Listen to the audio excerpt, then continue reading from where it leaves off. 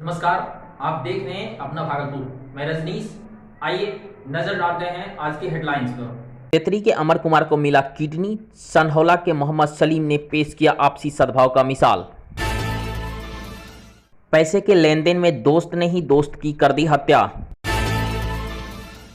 Corona के फिर से बढ़ते प्रभाव को देखते हुए राज्य सरकार के द्वारा जारी गाइडलाइन का पालन कराते हुए लेकर सड़कों पर उतरे नौगछिया एसपी सुशांत सरोज। अब खबरें विस्तार से। कभी सांप्रदायिक सद्भाव बिगड़ने से देश और दुनिया में कलंकित रहे भागलपुर में एक शख्स मानवता की मिसाल पेश कर रहा है। सनहौला के मोहम्मद सलीम गंगा जमुनी तहजीब को बढ़ावा देते दिख रहे हैं। दरअसल नौगछिया के तेतरी के रहने वाले जितेंद्र कुमार चौरसिया के पुत्र अमर कुमार चौरसिया पिछले 8 वर्षों से किडनी बीमारी से ग्रसित हैं, जिसको लेकर किडनी ट्रांसप्लांट होना आवश्यक है। लेकिन उनके परिवार के किसी भी सदस्य का ब्लड ग्रुप नहीं मिलने के कारण घर के सदस्य किडनी नहीं दे पा रहे हैं, जिससे पूरा परिवार परेशान है।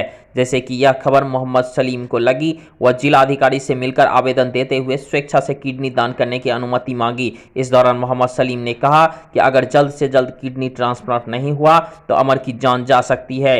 किडनी ट्रांसप्लांट में जिला प्रशासन और राज्य सरकार की अनुमति आवश्यक होती है।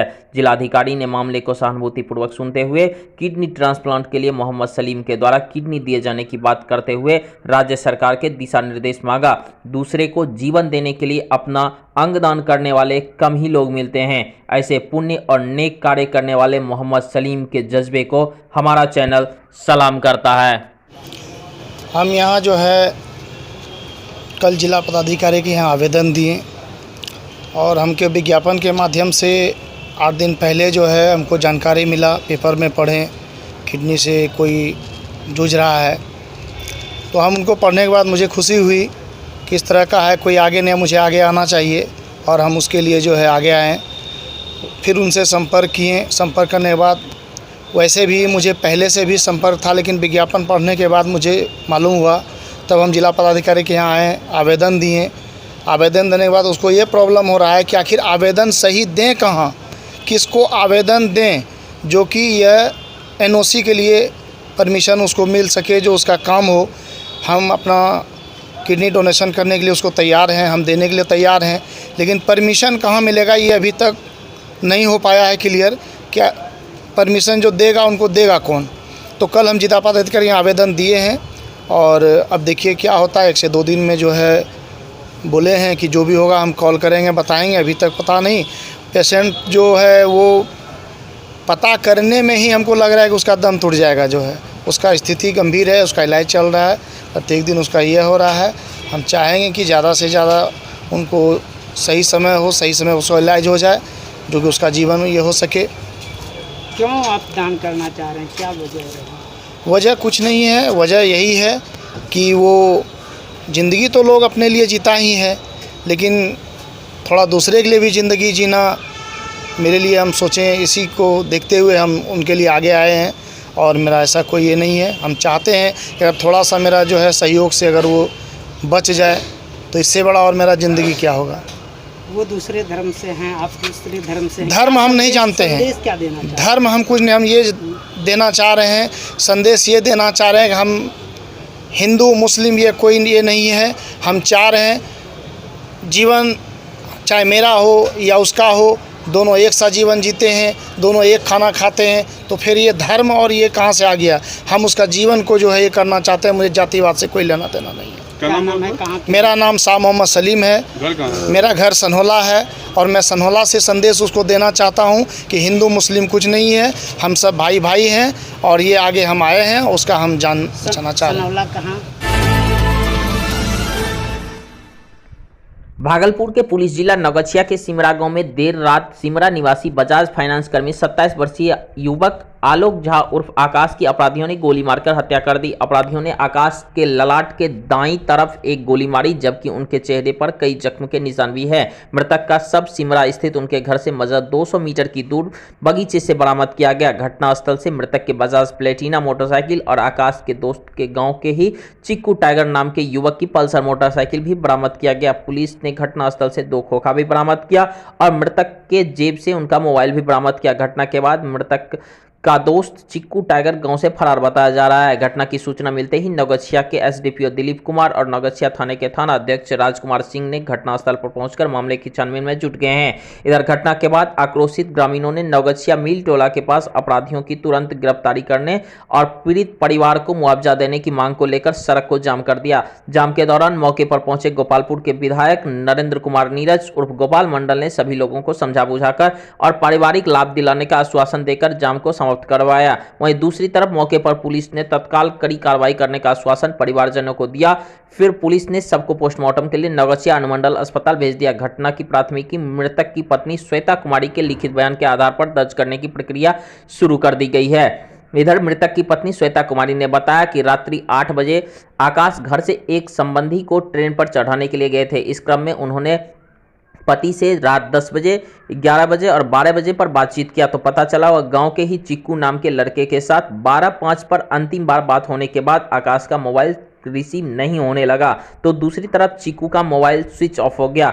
इसके बाद रात भर उनके पति का कोई अता पता नहीं चल पाया। सुबह आकर गांव के ही 2 लड़के ने आकाश के सब बगीचे में होने की सूचना दी। मृतक के पिता रतन झा ने बताया चिक्कू के साथ ही बजाज फाइनेंस में उनका पुत्र काम करता था।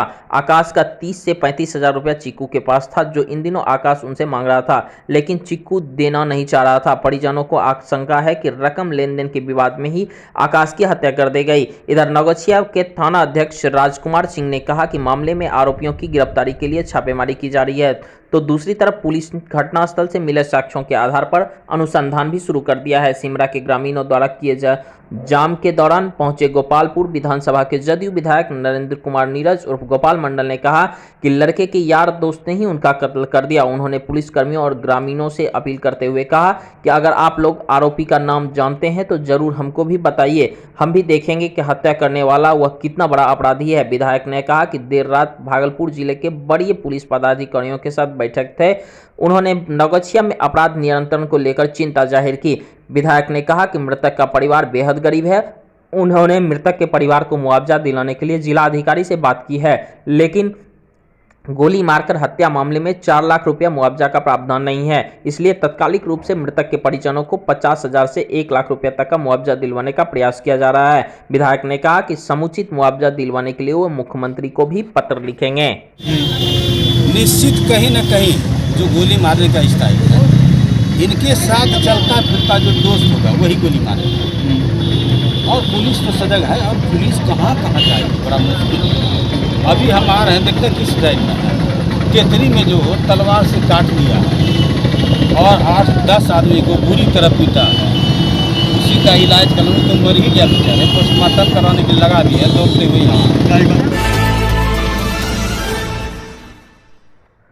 पूरे प्रदेश के साथ भागलपुर पुलिस जिला नौगछिया में लगातार बढ़ रहे कोरोना संक्रमित मरीज को मद्देनजर पुलिस व प्रशासनिक स्तर पर सख्ती बढ़ा दी है, जिसके बाद राज्य सरकार ने कोविड-19 को लेकर नया गाइडलाइन जारी किया है, जिसके अनुसार सभी दुकान प्रतिष्ठान को 7 बजे तक बंद किया जाना था। इसका अनुपालन कराने के लिए Naugachhia SP Sushant Kumar Saroj, SDO Akhilesh Kumar, SDPO Dilip Kumar सहित नौगछिया थाना की पुलिस देर शाम नौगछिया बाजार में पैदल फ्लैग मार्च किया। इस दौरान पुलिस पदाधिकारियों और अधिकारियों ने संध्या 7 तक दुकानदारों को अपनी दुकान बंद कर लेने का निर्देश दिया।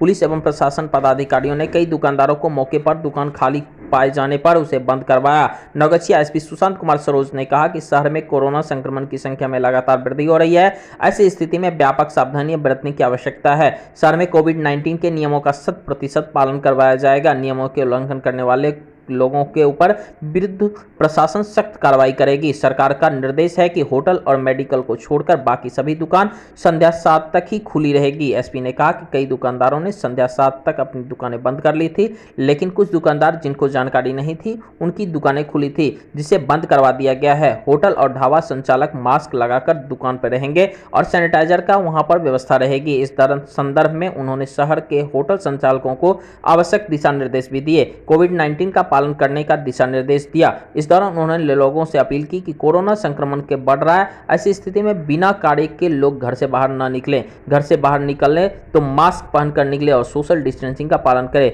वापस घर जाने पर हाथ पैर बहुत अच्छी तरह साफ कर लें। कोरोना से बचाव के लिए सावधानियां बरतना आवश्यक है। क्या होगा, मैक्सिमम दुकानदार, मैक्सिमम लोग पहले से दुकान बंद कर दिया था। या बंद करने की कोशिश कर रहा था।